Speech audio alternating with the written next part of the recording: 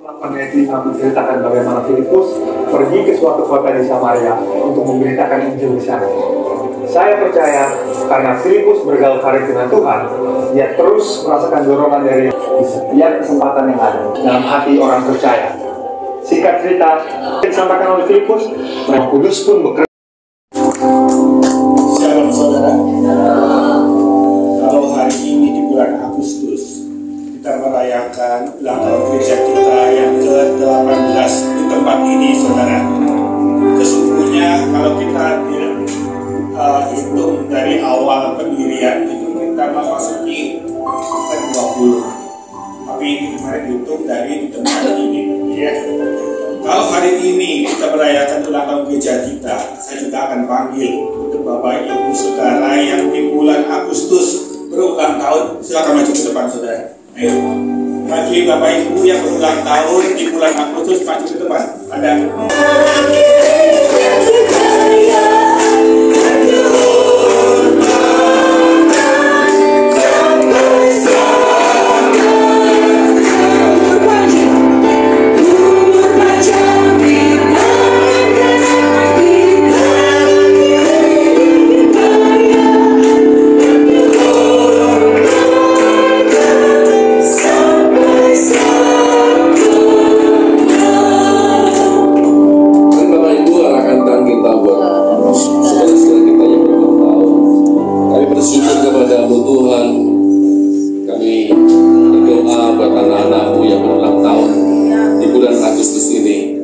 Kiranya Tuhan, kemurahan Tuhan memberkati apa yang berdoa dan permohonan mereka. Tuhan dengar dan Tuhan jawab di tahun ini.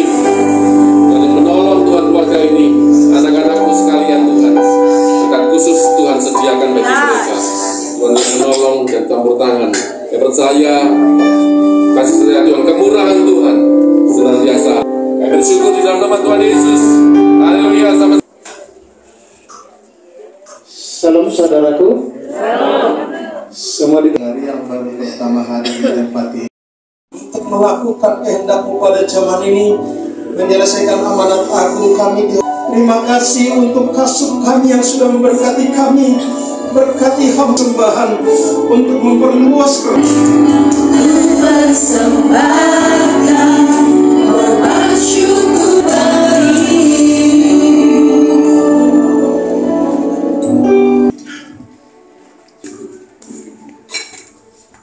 Salam Bapak Ibu Saudara, salam Bapak Ibu Saudara dikasih dalam Tuhan sekalian. Shalom.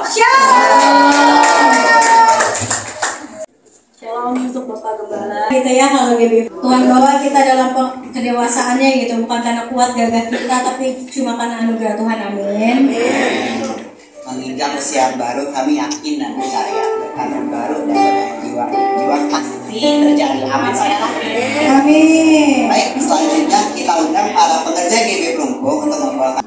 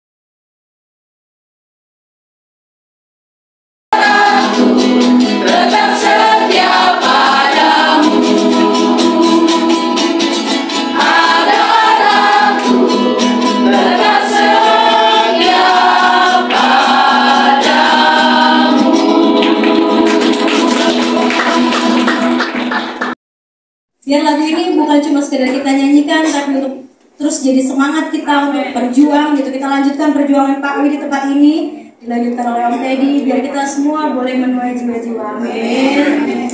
Baik, selanjutnya kita akan mendengarkan persembahan pujian dari Arek.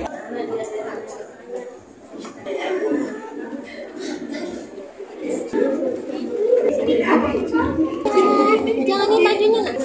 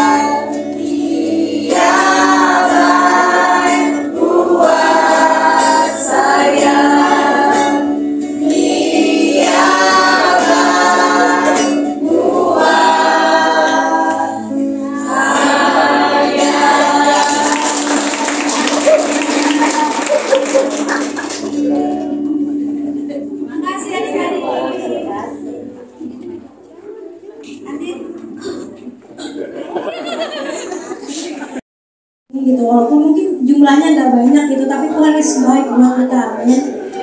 Oke, boleh saya undang? Udah persiapan menyaksikan mujizat dari Tuhan yang begitu besar buat keluarga saya ya. Itu kejadiannya sebenarnya 2 tahun lalu, saudara, waktu pas COVID sedang marak ya. Sebenarnya saya pengen kesaksian dari kemarin-kemarin, cuma masih gimana ya, tapi kalau saya nggak kesaksian rasanya saya berhutang sama Tuhan, karena Tuhan sudah kasih mujizat buat keluarga saya. Itu bulan Juni, akhir Juni tahun 2021 suami saya sakit. Saya pikir itu sakitnya tipes ya, karena dia sering tipes gitu kan. Nah, kita selama 2 minggu dia di rumah aja. Saya pikir karena saya bisa merawat dia gitu ya, saya rawat aja di rumah gitu, karena dia masih bisa jalan. Waktu itu 1, 2, 3 hari masih bisa jalan, masih bangun gitu kan. Ternyata 2 minggu dirawat di rumah, makin lemes dan dia nggak mau makan sama sekali, karena nggak bisa masuk makanan ya. Waktu itu mual. Saya pikir kan nanti pas jalan tipes kan seperti itu, badannya pada sakit, malam bilangnya aduh dipegang, belum sampai dipegang aja udah aduh ininya gitu, semua pada meluang, dia bilang badannya aduh nggak kuat gitu. Tapi diajak ke dokter orangnya nggak mau gitu loh, selalu nolak, enggak masih kuat gitu. Dan akhirnya hari ke-14 itu dia nyerah juga, udah nggak bisa apa-apa, nggak bisa bangun. Kita anak saya itu udah nangis, bilang papi ayo ke rumah sakit, tetap nggak mau. Akhirnya saya inisiatif panggil perawat ke rumah, dan perawat itu puji Tuhan dia perawat bagus ya saudara, dia nggak langsung infus saja, nggak langsung ini, tapi dia bilang, Bu saya nggak mau ya, saya harus tes swab dulu ya ini, dia bilang gitu. Dan akhirnya di swab sama dia ternyata positif gitu. Dan terus pas dia bilang saturasi oksigen dulu ya Bu, dia bilang pakai saturasi oksigen. Waktu itu ternyata saturasi oksigennya itu cuma 79 saudara. Dan itu harusnya kalau orang yang kena COVID itu udah sesak napas. di rumah sakit itu banyak kan kayak gitu kan, mengalami long covid dan diri mereka tinggi, itu biasanya orang sesak napas langsung ke jantung dan itu yang bikin gagal napas, banyak orang meninggal. Dan dalam 2 minggu dirawat itu sebenarnya saudara, kita sebenarnya udah ketar-ketir karena apa? Sebelah kanan saya itu di rumah, 3 rumah dari sini, cuma nggak 10 meter paling ya. Itu pertama 1 orang meninggal, kedua 1 lagi, dan kedua lagi dalam jarak berdekatan dalam 1 minggu itu karena mereka masih sekeluarga ya, karena mereka masih berkeluarga, jadi karena mereka dia satunya sakit dia lihat gitu, dia kena akhirnya tertular, jadi 4 orang itu meninggal dalam waktu 1 minggu. Tentang suami saya dirawat di rumah itu ya, waktu masih di rumah itu, belum di rumah sakit saudara. Akhirnya pas perawat itu bilang ini positif COVID, saya sebenarnya takut, tapi suami saya nggak tahu, saya nggak kasih tahu dia. Gitu. Dia pikirannya dia tenang, pikir saya gitu kan. Udah pas perawat itu bilang saya telepon adik saya, memang benar adik saya kan ada yang internis ya. Saya telepon dia, minta bantu cari rumah sakit. Ternyata rumah sakit Tangerang, Bogor penuh semua, nggak ada IGD itu, nggak bisa saudara, semua penuh. Dan waktu itu juga pas saya masuk rumah sakit juga saya dapat kabar lagi dari teman saya sama-sama peternak, dia meninggal juga. Orang Alam Sutra dia di omnya aja dia nggak dapat gitu loh, nggak dapat rumah sakit, nggak dapat IGD. Akhirnya dia dirawat di rumah, pakai oksigen di rumah, 2 hari meninggal. Saya dikabar sama teman saya, Ci, kalau Luka meninggal. Aduh, dalam hati saya kok saya berperang ya. Dan juga memang dapat berita juga waktu itu nggak enaknya apa? Saya di Jogja juga sama, dia memang ada diabetes ya. Tanggal 5 Juni itu meninggal juga waktu itu sebelum suami saya sakit. Itu di Jogja ada papa saya itu.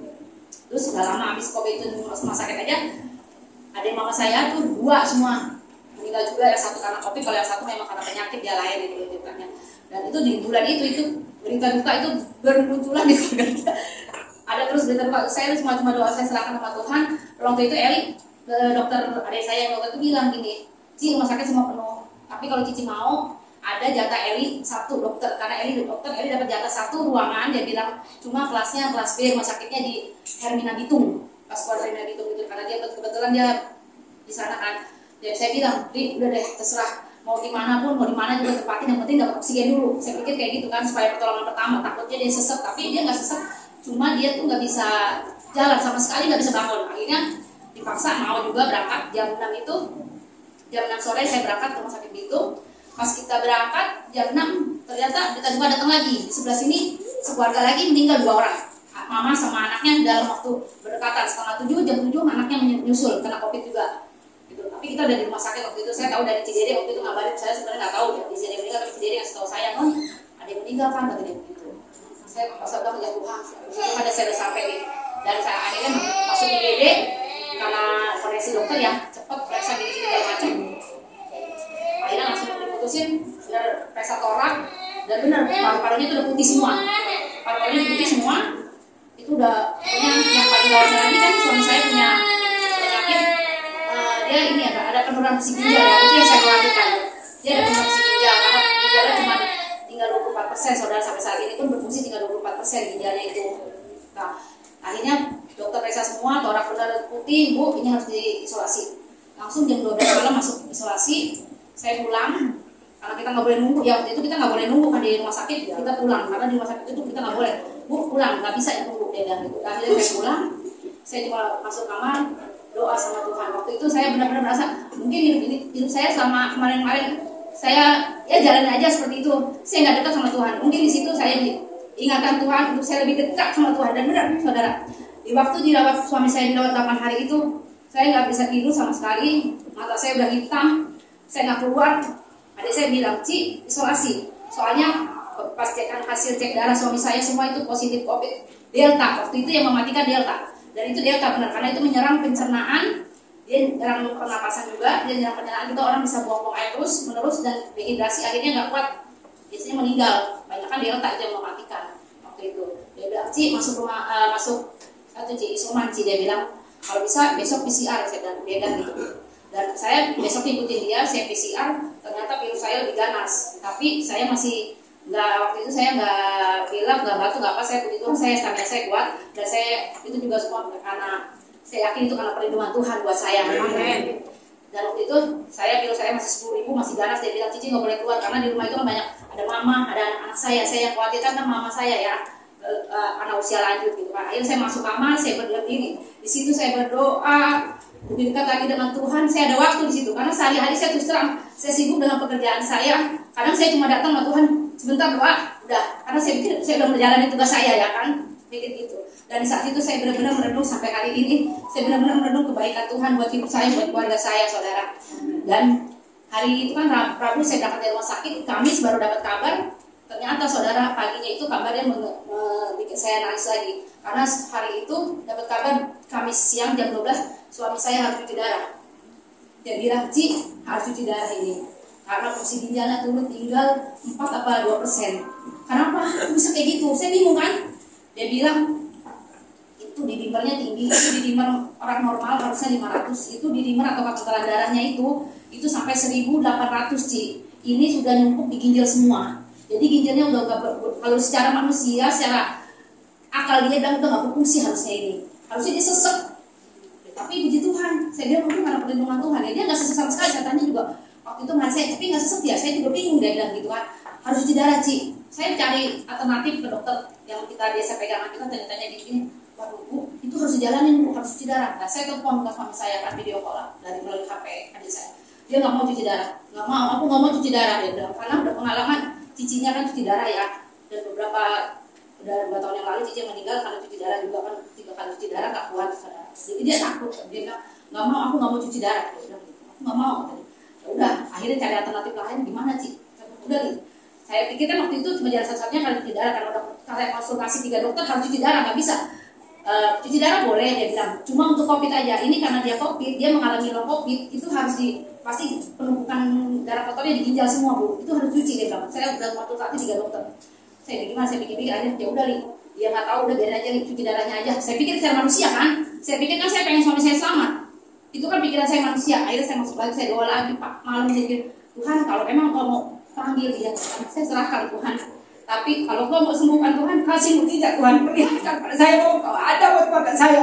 Saya bilang di doa-doa saya. Sebetulnya saudara, saya ikut doa, mesbah doa medit Dewi Basir itu dari pagi jam 5, jam 8 dia ada lagi. Setiap hari saya begitu, saya lebih dekat lagi sama Tuhan, saudara. Saya doa. Anak saya juga panik semua gitu, juga setiap hari mami dengar berita dari adik saya gitu. Dia selalu infoin keadaan suami saya. Akhirnya di situ rumah sakit Hermina karena dia kelas B itu nggak ada fasilitas cuci darah, nggak ada hemodialis apalagi khusus COVID. Dia bilang nggak bisa Ci, harus cari rumah sakit gede. Rumah sakit gede masih penuh. Jumat kita tunggu sampai Jumat. Dia bilang coba nanti di Citra Raya elit praktek itu kan ada, dia bilang tapi coba nanti tunggu pasien keluar kita baru bisa masuk. Kita jadi masuk list tunggu gitu loh. Dan akhirnya saya bilang ya udah masuk list tunggu nih nggak apa-apa, masuk loh list tunggu kita.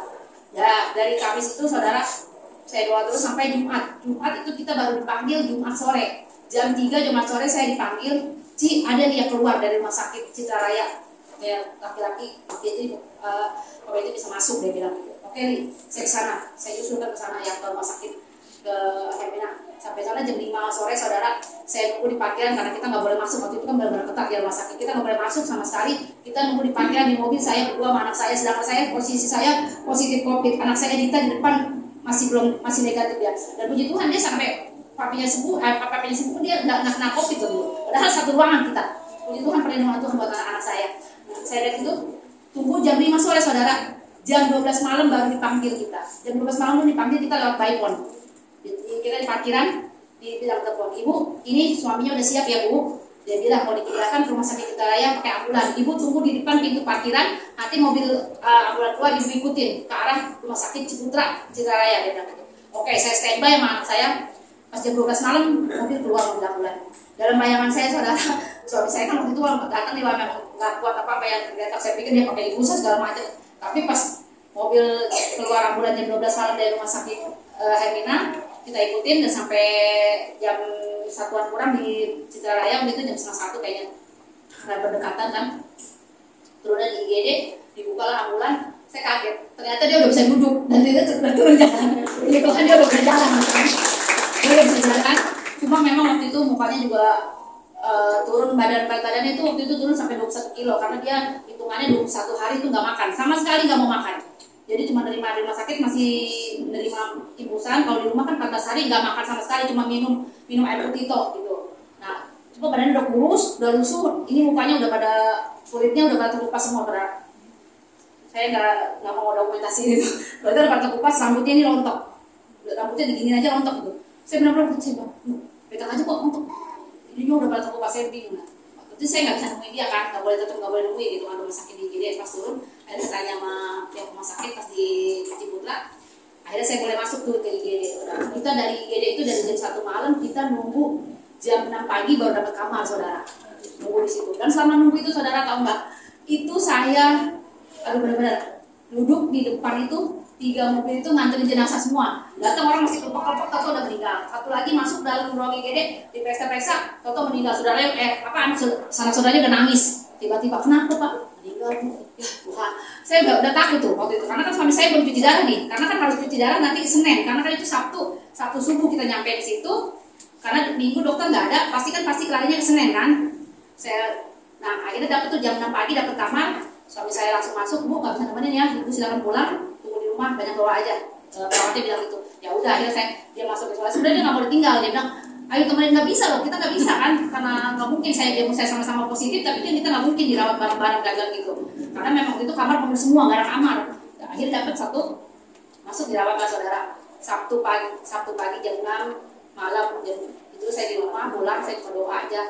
Dan hari Minggu lewat, hari Senin pagi udah pasti tuh adik saya telepon, Ci, hari ini kebetulan masuk ruang ICU lagi ya, kita mau pasangin alat ETP.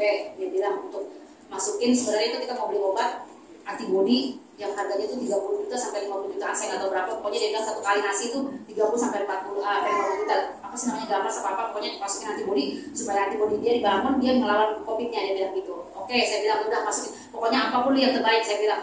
Terus begitu dia bilang lagi, sama ini ya Ci, mau pasang selang buat cuci darah ya, dia bilang, apa namanya aku lupa, di lengan kan, sementara buat 1 kali doang di lengan aja, dia bilang gitu.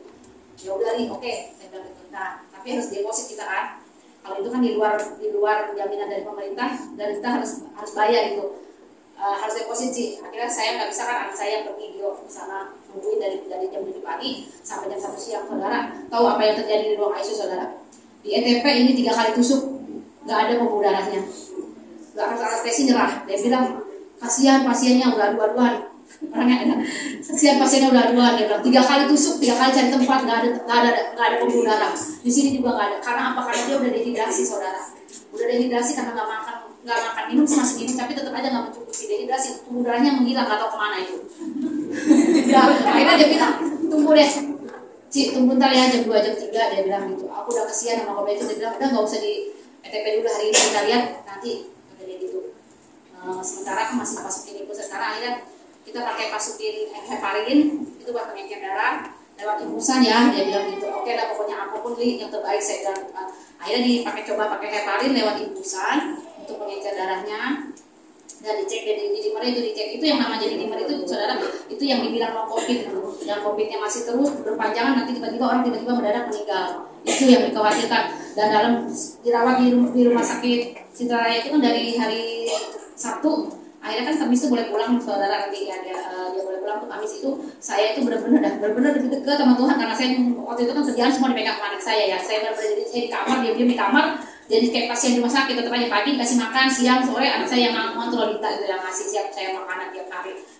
Nah dari itu selesai jam 2 jam 3, akhirnya dia bilang, Ci nggak bisa ya ini, udah deh kita masukin lagi ke ruang perawat aja, dia bilang gitu, kita pakai oksigen aja yang gede, dia bilang gitu kan.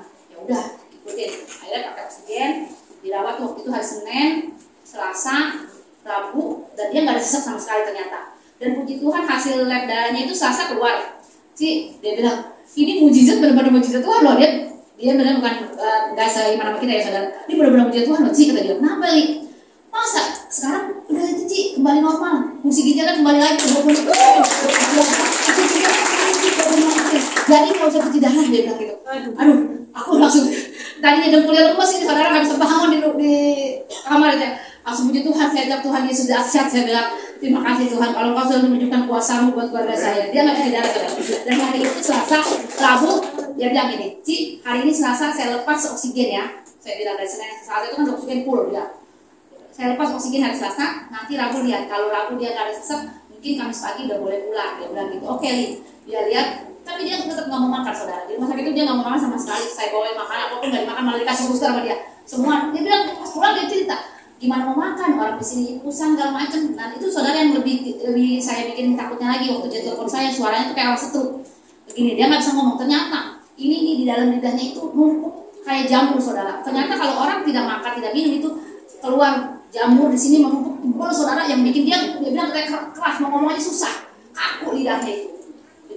Dan memang seperti itu saudara. Jadi bilangnya lidahnya itu semua putih, ditutupin putih gitu. Saya juga bingung, saya bilang itu jamur sih, dia bilang gitu. Ya itulah kalau kita nggak makan ya kayak gitu, karena enzim kita kan pencernaannya nggak berfungsi dan nggak keluar dan elir juga, ya itu jadi numpuk tuh. Jadi suaranya kayak orang setruk, ngomongnya cadel, kaku, memang susah ngomongnya. Saya aja kaget waktu itu, saya bilang ini suami saya kok bukan kaku pak?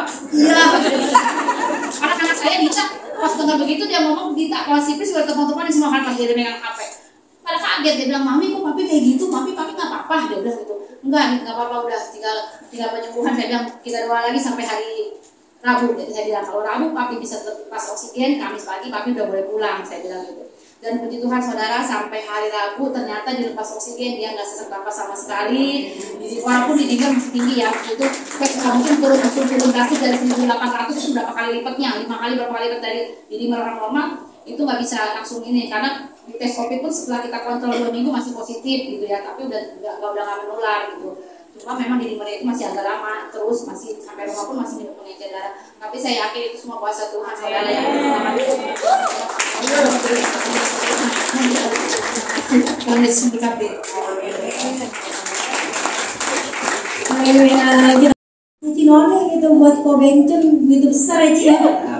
Apalagi cinta kasihnya Tuhan buat kita Ci. Amin. Pengobatan juga gratis, kalau 400 juta. Gratis ya. Oke.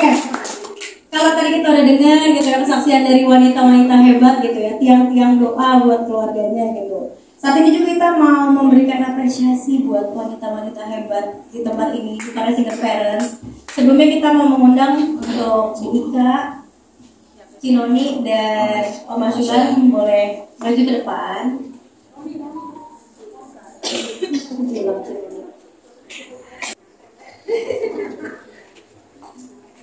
Sekali lagi kita doa yang kuat, amin. Amin. Untuk orang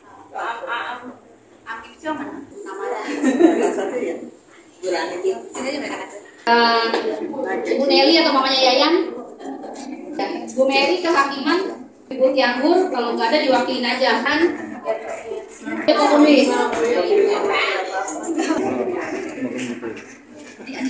Orang yang turun tempat dari tempat ini kita ada apresiasi buat orang ini. Kita boleh bisa ditukarkan di bawah ya. Biar kiranya tetap. Ada dua. Ini udah mama ya. Di foto 1, 2.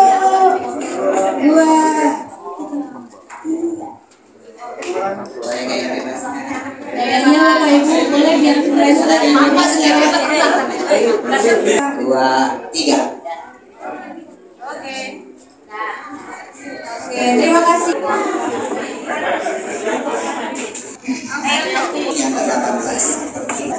Untuk di maju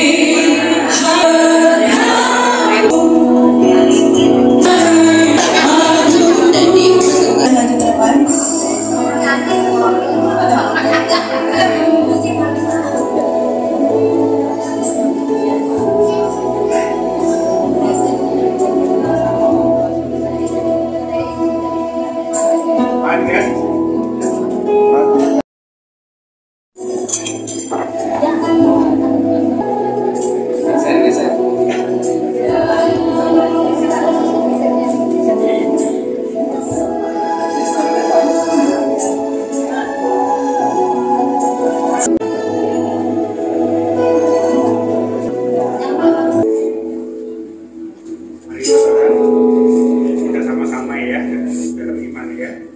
Dalam nama Tuhan Yesus, Tuhan 18 tahun tepat ini dan 20 tahun dalam perjalanan KPI Untung Tuhan, kami percaya Engkau yang menyertai, Engkau yang senantiasa bertahta di atas pujian kami Tuhan. Dan Bapak siang hari ini kami bersyukur untuk segala kebaikan Tuhan atas gereja kami Tuhan, atas setiap hidup kami Tuhan.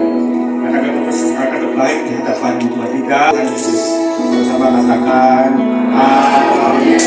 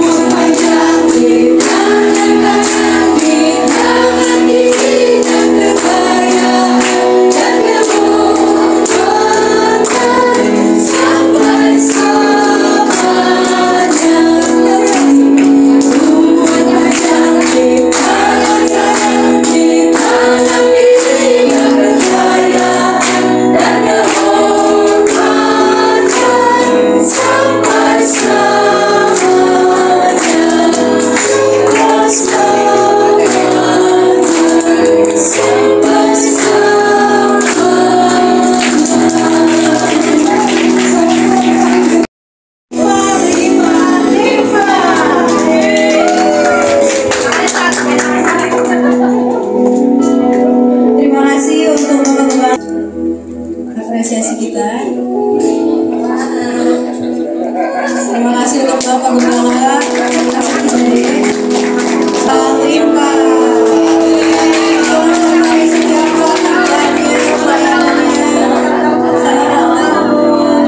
Boleh berjemaat ucapin tentang samping kiri kanannya selamat ulang tahun.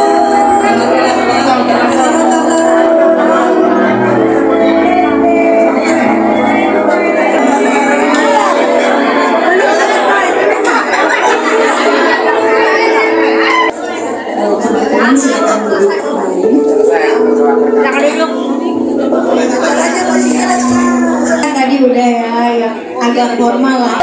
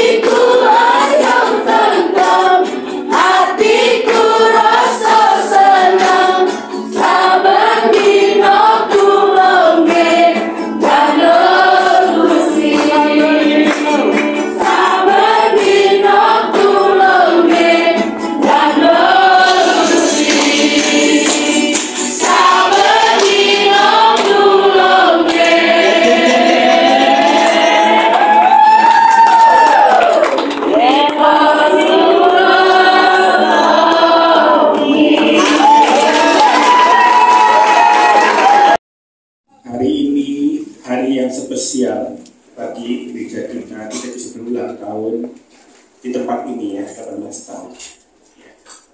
Yang sebenarnya kita pernah kita pikirkan selama hampir 3 tahun masa pandemi ya, gereja ini online, artinya tidak ada kegiatan seperti ini.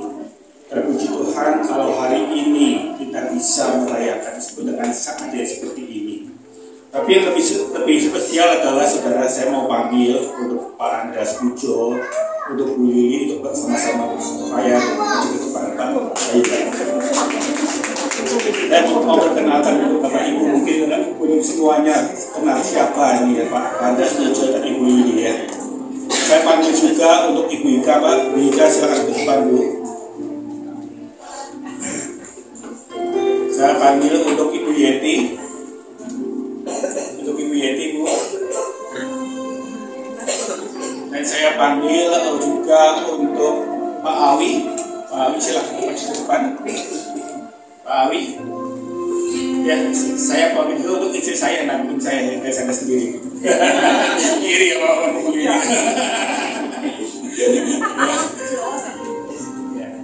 Ya, Pak Awi.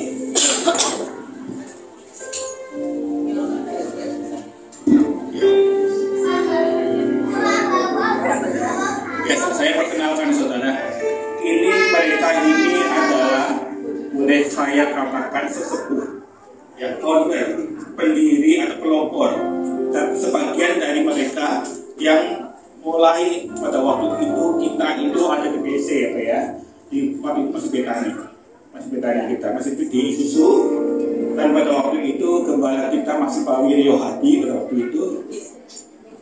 Mereka inilah yang diutus untuk merintis gereja. Jadi pertama bukan tempat ini saudara. Saya akan cerita mengenai perjalanannya ini. Waktu itu dipimpin sama tim misi ya. Tim misi itu ada Pak Tetipan, ada Pak Dayang pada waktu itu ya, dan bagian dan mereka ya, dan Pak Wiguno pada waktu itu ya, dan saya hanya bisa panggil mereka yang masih ada dan masih ada tempat ini ya. Ini saya perkenalan, ini Pak Andreas Pujo, ini Ibu Lili ya, mungkin semuanya belum semua mengenal ya. Ya, terus ini Bu Ika tahu ya, Bu Ika kan sebelumnya gembala kita ya bersama Pak Wiguno ya. Bu Yeti ini adalah pertama yang menjadi koordinator atau ketua doa ya, yang Bu Yeti. Dan ini Pak Awi adalah yang jemaat yang terus setia mulai dari BSD sampai dengan pengajar tempat ini saudara. Ya, yang lain ya sudah selesai tugasnya gitu ya. Mungkin saya mau sedikit cerita mengenai perjalanan kita tempat ini. Mungkin kita semuanya tahu ya. Kalau hari ini kita merayakan 18 tahun, itu hanya dihitung di tempat ini. Tapi sesungguhnya kita itu sudah memasuki tahun 20 saudara. Ya, tadi Pak Kudus juga sudah bilang kita itu mengalami masa aniaya. Ini tempat yang kelima untuk gereja kita.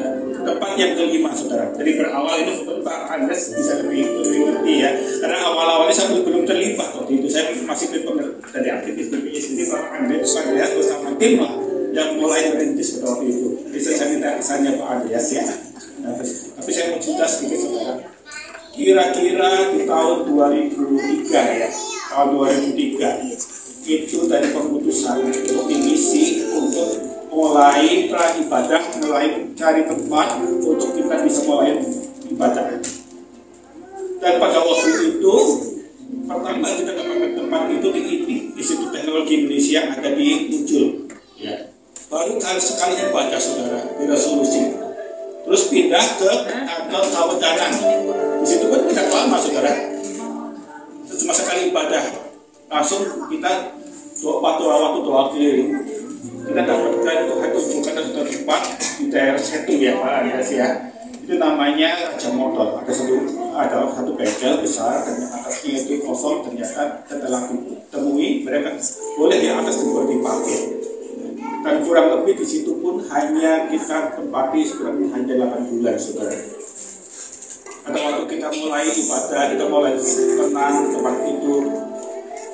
pada suatu hari pendoa itu ada lapor ke saya, Pak. Oh, pada waktu kita berdoa kita dilihatin kayak kepala monyet itu pada ngintip, terus kita berdoa. Dan pada waktu kita doa fellowship dengan pengajar dengan mereka, saya bilang, yuk kita harus doa keliling ke tempat itu. Ya, kita harus peperangan tempat ini. Dan pada waktu kira-kira sekitar bulan Oktober, waktu saya ingat, saya dikasih mimpi, saudara. Kasih mimpi di depan tempat itu ada 3 truk. Mereka banyak orang pakai hitam-hitam gitu ya. Mereka berhenti di depan raja motor itu. Tapi mereka nggak ngomong apa-apa, mereka cuma diem aja. Dan saya sampaikan, waktu itu saya sampaikan dengan Pak Guno dan yang lain. Itu bulan Oktober saya ingat begitu. Dan pada waktu Desember kita merayakan Natal ya, di Raja Motor.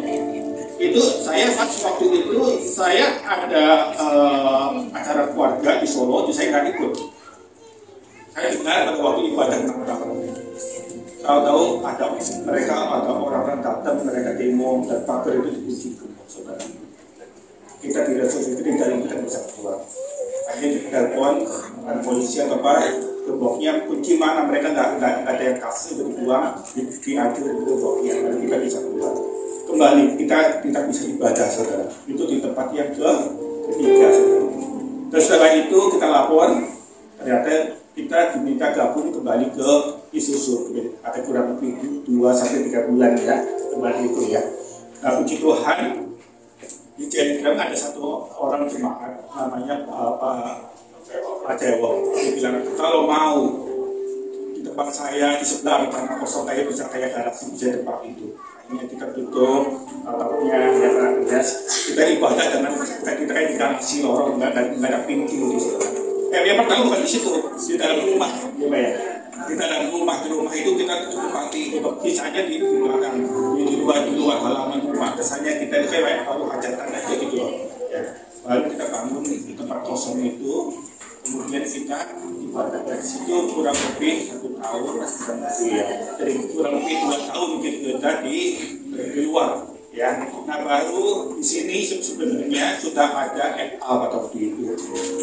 FA itu sudah menjadi kurang lebih ada 30 orang ya, waktu itu ya.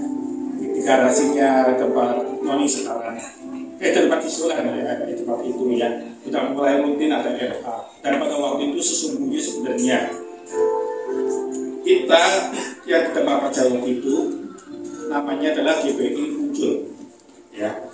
Nah, di sini sebenarnya sudah mulai dirintis untuk ibadah selanjutnya untuk menjadi GPI GPI Gunung Sindur pada waktu itu. Artinya kita akan buka baru tempat ini. Bapak Andreas yang pegang tempat ini. Tapi Tuhan itu berkehendak lain. Akhirnya kita yang di tempat Pak Jawa itu kita mesti pindah ke tempat ini menjadi ibadah 1 dan 2. Betul ya Pak Andreas ya? Ya, itu percayaan kita sendiri adalah tempat yang kelima. Ya, saya mau berterima kasih untuk keluarga tempat ini, untuk keluarga Ibu Sulan dan keluarga besar, ya, yang telah selama 18 tahun memberikan tempat untuk kita berada di tempat ini. Terima kasih untuk keluarga besar Ibu Sulan. Dan satu hal yang saya laporkan saudara, selama 18 tahun di tempat ini, kita tidak ada pembayaran sewa sama sekali. Beri kemuliaan kepada Tuhan. Dan lebih daripada itu, saudara, warga ini telah menghibahkan 500 meter tanah untuk kita bangun, saudara. Amin, saudara. Ya, saya juga terima kasih untuk Pak Andres, sesepuh saya, Bu Lili, ya. Makasih untuk Bu Ika, untuk Pak Almarhum Guno, untuk Bu Yeti. Ya, terima kasih untuk Pak Awi setia. Terima kasih untuk semua pekerja semua dari Gunung itu saudara. Semoga percaya kita akan teruskan ya apa yang sudah ada ini. Kita akan sama-sama biasakan apa Tuhan Yesus seperti ini. Dan kita akan sama-sama berdoa.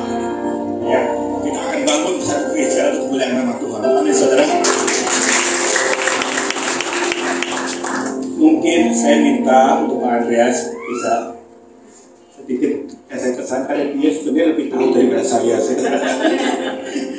Mereka udah bergerak, saya masih tugas di BSD, baru belakangan saya ditarik gitu loh. Coba Pak Andreas juga Bapak-Bapak yang lebih mereka juga lebih dengar suara saya. Terima kasih Pak Edi untuk kesempatan ini. Saya sebenarnya kita lihat dari cerita Pak Edi itu sebenarnya itulah perjalanan kita selama 18 tahun ini sudah Pak Edi ceritakan semua kepada kita semua.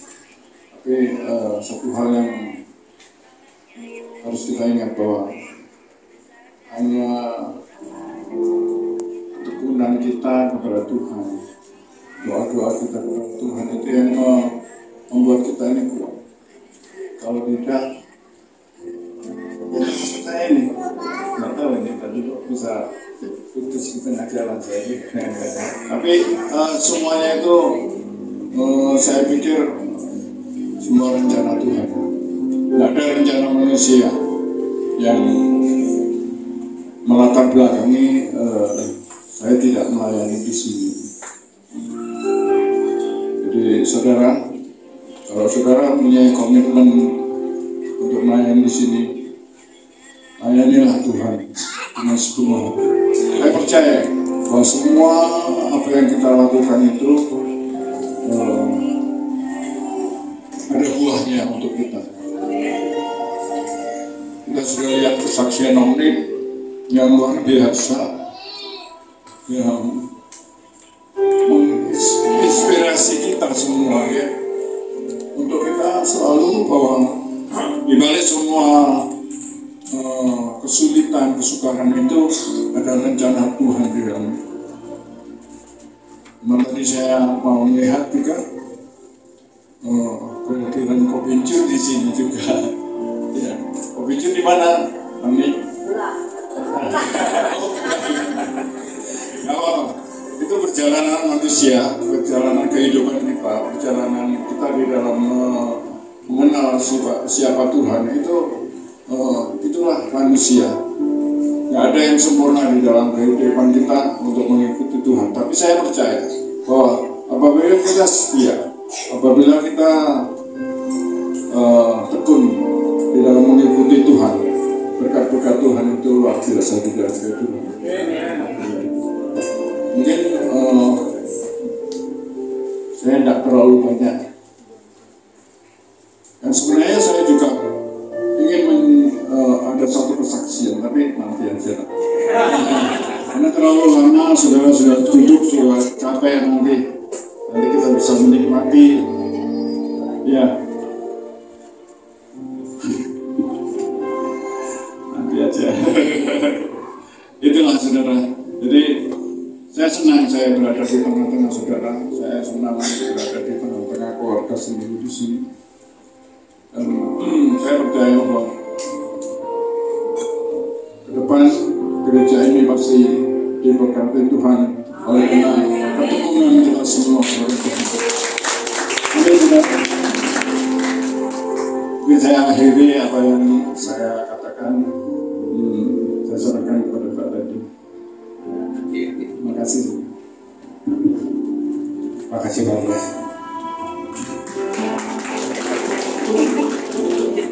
Terima kasih saudara semuanya ya. Terima kasih saudara. Selamat ulang tahun yang ke-20 tahun.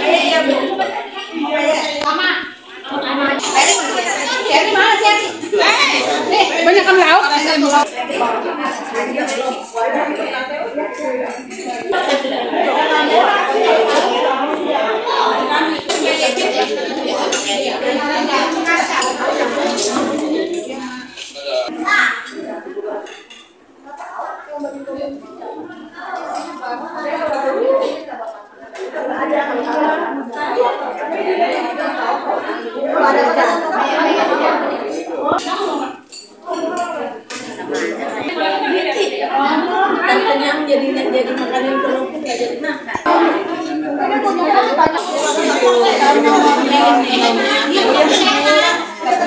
Itu rapi, berarti orang enak. Oh ini ada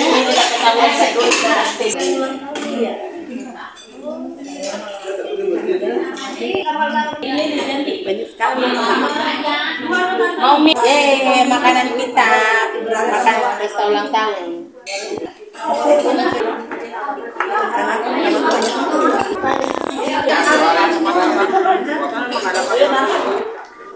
Orang ada kali 3 kali, banyak nih. Limpah.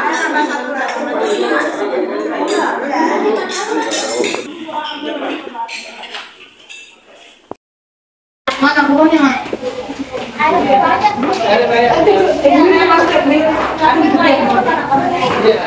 Oh ini ada.